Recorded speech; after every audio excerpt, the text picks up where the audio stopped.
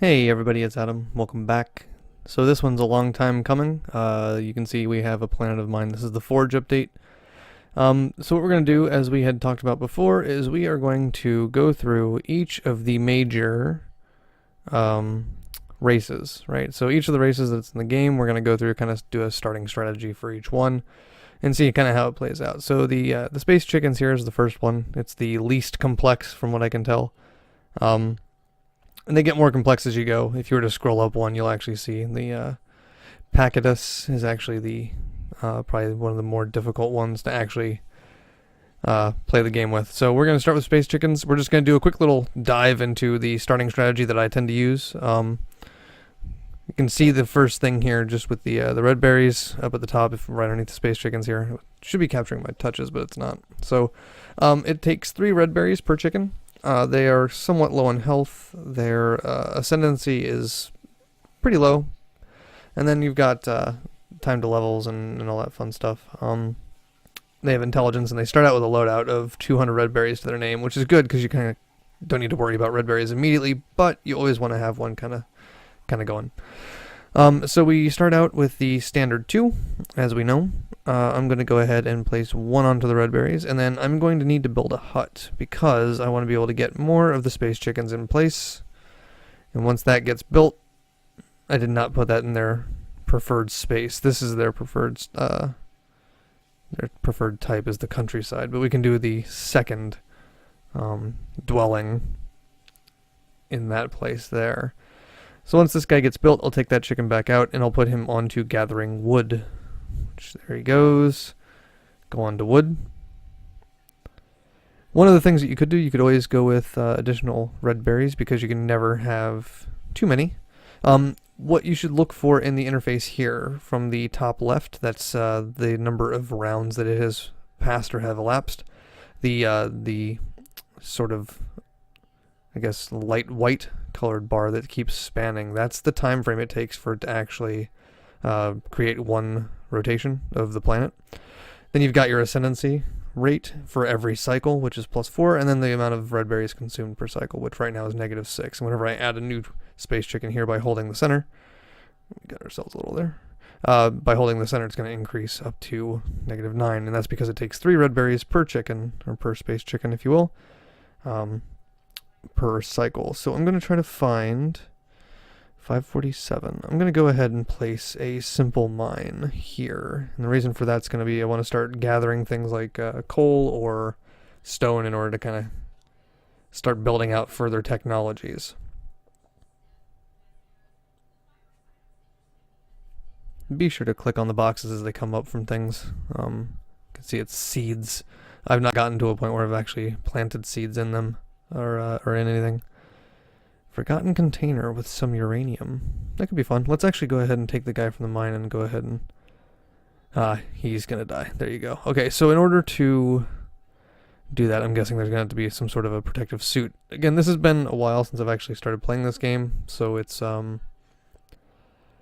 yeah, there's a lot of updates that I am not aware of, or I guess you could say informed on, so I may have to go back and do a little bit of research. But the starting process for the Space Chicken is very simple. Build a habitat, get some red berries going, get some wood going, get a mine, and then before too long you'll actually want to start looking at things like the simple well, so you can start getting oil if you want to start expanding your empire. A lot of times, more than not though, keep an eye out for these values down at the bottom underneath. It'll tell you the amount that you actually have available to you. Looks like this one's kind of starved for trees. I see a forest over here, which is just coming out of the sides there. So we eventually will want to do something about that, where we either change it out because the amount of swamp space isn't all that bountiful. It looks like there's not much liquid going on in most of these. 204 liquid on this one. 248. So actually on this guy, we can build a simple well, get another inhabitant, and put him there. So we're going to start burning through our red berries a lot faster than we're actually producing, because we're only producing 1 red berry per 2 seconds, but we're consuming 12 every cycle. And you can see that little -1 just came up. That means that we're going to need to either get another one out there, another inhabitant, and get him over with the red berries to start producing, or we could put him onto another bush if we wished. We're doing okay on wood for now, so we could always kind of boost our numbers of red berries by taking that inhabitant off the trees and putting him over to the red berry. So it's just kind of a bit of a balance as far as how you want to do things. Our colony is now able to level up. There it goes. Unlocking other things, such as the plantation. The plantation just means that you can actually have more than one inhabitant actually gathering the resource for red berries, which is very beneficial. So instead of having them deplete these resources rather quickly, which we actually could do to kind of free up some space. If I put 2 inhabitants on this one, eventually what's going to happen is it's just going to deplete completely, and we can have a free space then that we can build on top of. Looks like we have a discovery available to us, so let's see what we can do. Destroying a structure. We don't do a lot of destroying structures. Hydroponic farms that you can build on any form of ground, that could be beneficial. Or terrestrial exploration. I don't plan on going too far, so we're going to go ahead and just do hydroponics. So by discovering that, let's have a look here. Science and technology, metals alchemy lab, research lab, museum, foundry. Let's go into this guy here. Yeah, so our hydroponics there will require quite a bit of technology in order to get there. Vertical hydroponic. But a regular farm is already unlocked. We don't necessarily need that right now because we still have red berries in hand. So depending on what your actual strategy is going to be, if you're doing this in an infinite game type, or if you're doing it where you're actually going up against the computer itself, if you want to do the computer or go against the computer itself, perhaps the exploration discovery would be your better suited one for terrestrial exploration, because then you can actually discover more of the planet faster. Or if you were really wanting to, you could do recycling because of wanting to change out your strategy on the fly or change out buildings without having to lose too many resources. That's really going to be your call as to how you want to play the game.